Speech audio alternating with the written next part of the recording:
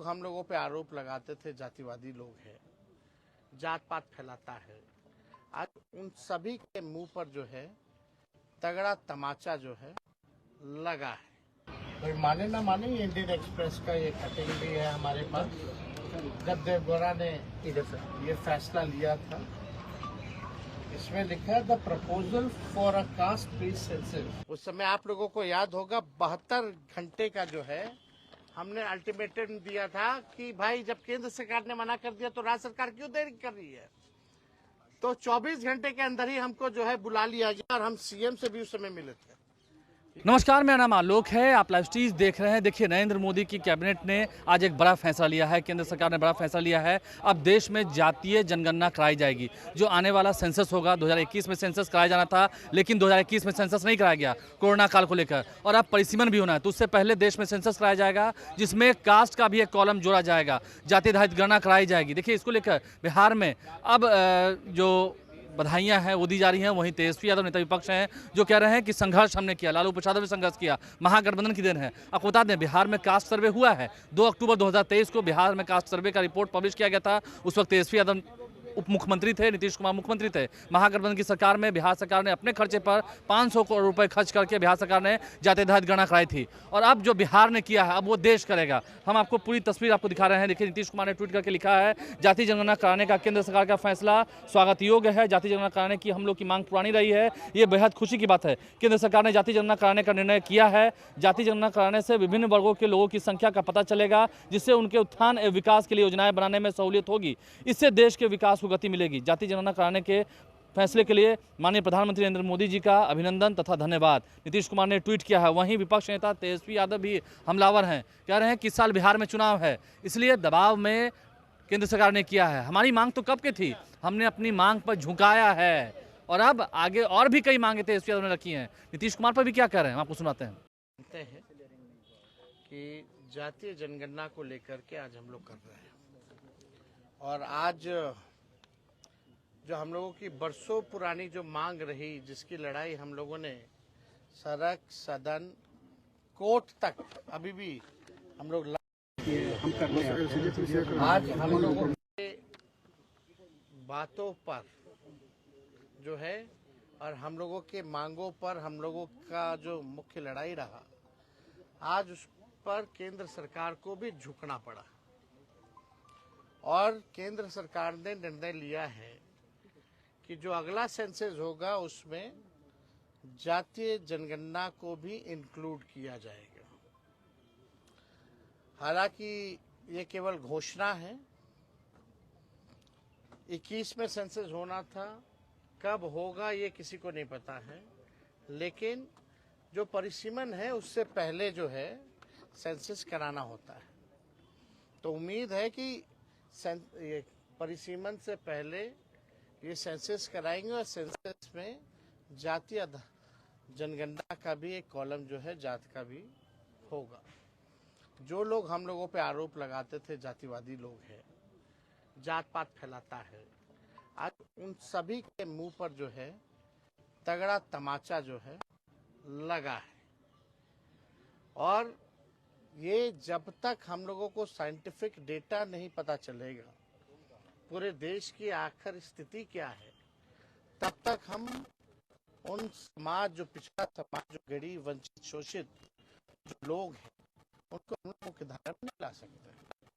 गरीब कौन है, मजदूर कौन है, कचरा कौन साफ करता, ठेला कौन चलाता है, नाला कौन साफ करता है, दिहाड़ी मजदूर कौन है, और यही नहीं कौन भूमिहीन है, कौन कितना पढ़ा लिखा है, क्या किसको कितना सरकारी नौकरी है, किस जगह।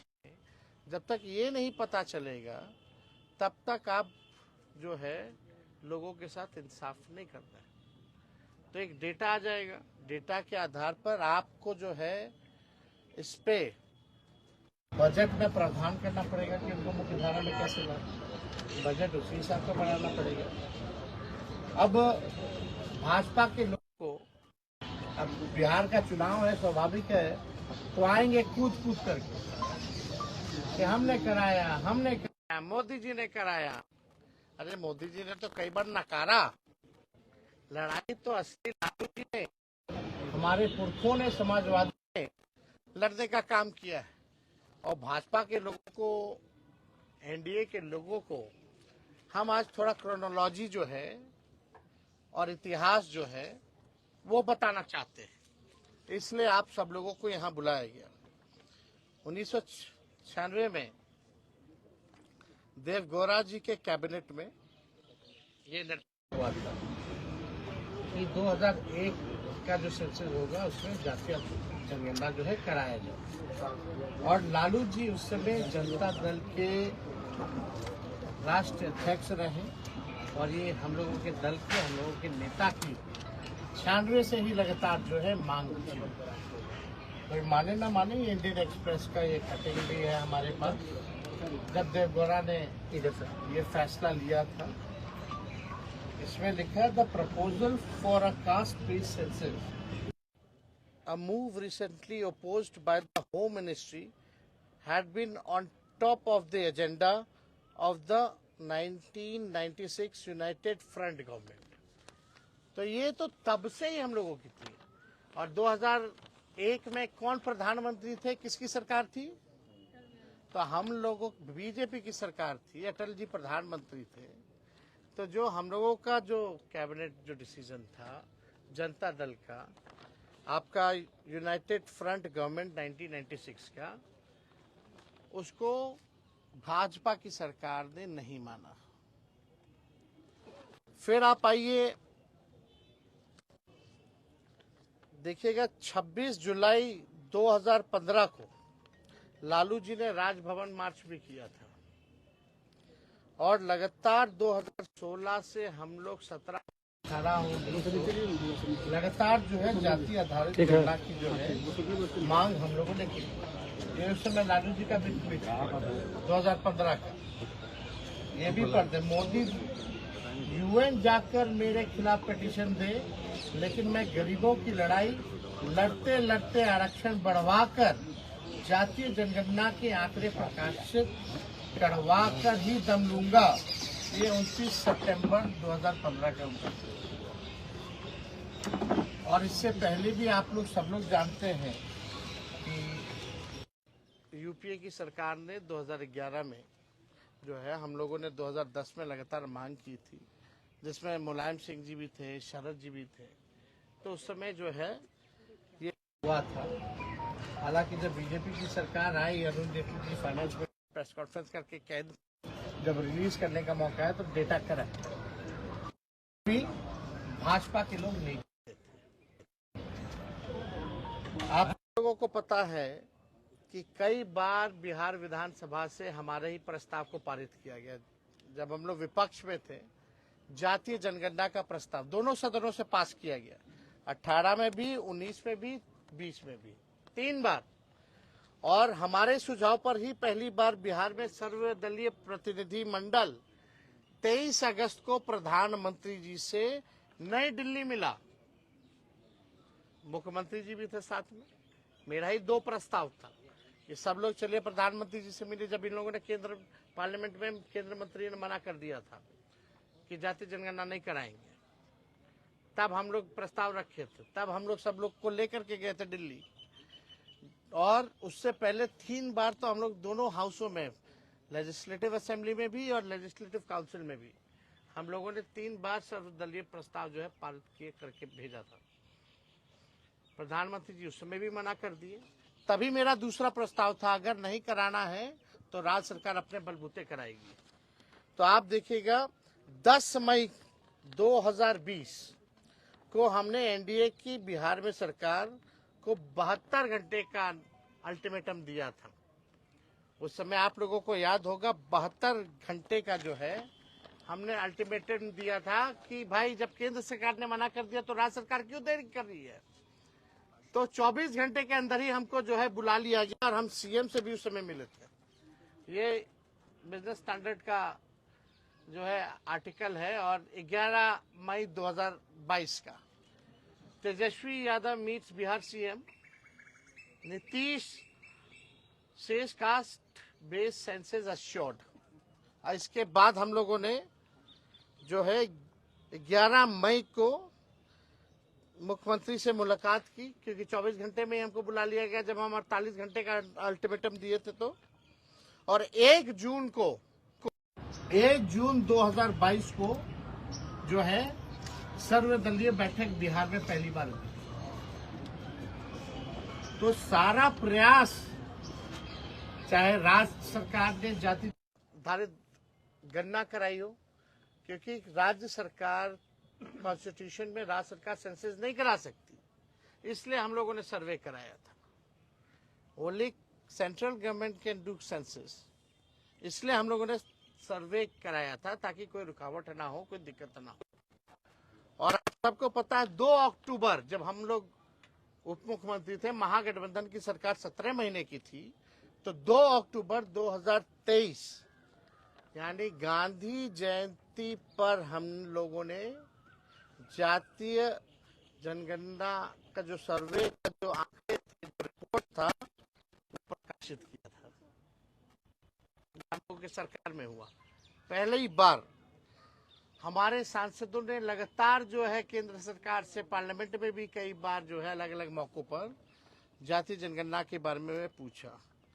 पहले प्रधानमंत्री जी बोलते थे सामाजिक विद्वेष फैलाना चाहते हैं ये लोग। अब प्रधानमंत्री जी बताएं कौन विद्वेष फैलाना चाहता है, कौन नहीं फैलाना चाहता है।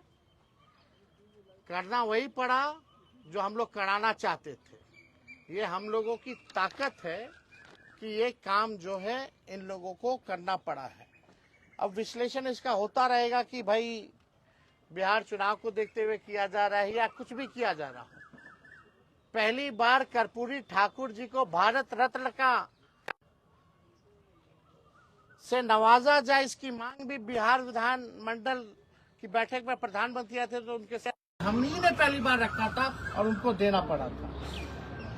लेकिन जब हम लोगों ने आरक्षण बढ़ाया, केवल रिपोर्ट आ जाए आप उस पर काम ना करें तो कैसे चलेगा। तो बिहार सरकार अब तक क्या कर रही है, इस रिपोर्ट पर पहली बार जब सर्वे हुआ बिहार में, उसके बाद पहला बजट की सरकार में अभी कुछ दिन पहले, क्या उस सर्वे का कुछ भी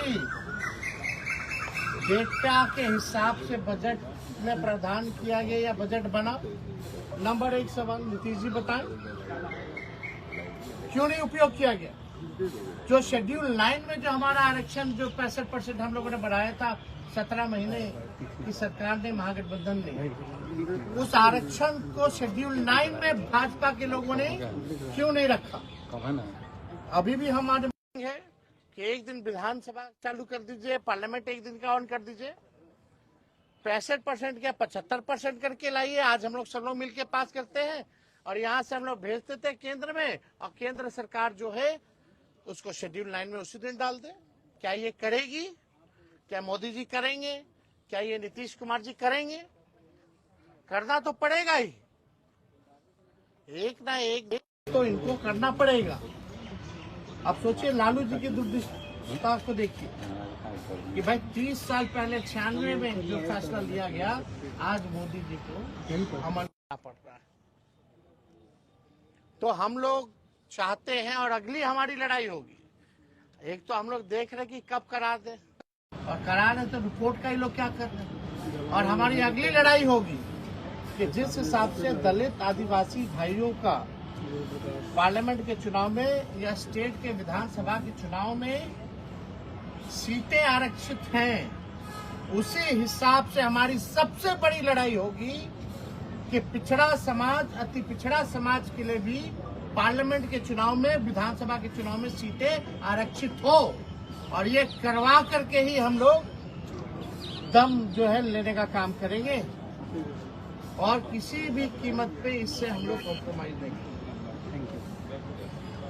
जिसकी हिस्सेदारी है उस हिसाब से लोगों को उनको मान सम्मान जो है, जगह जो है मिलनी चाहिए।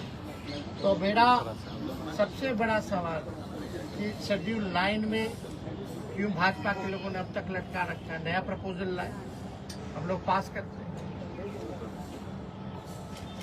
दूसरा सवाल कि बिहार का जो सर्वे आया जाति जनगणना का, तो एनडीए की सरकार ने उसके अनुरूप बजट जो है क्यों नहीं बनाया?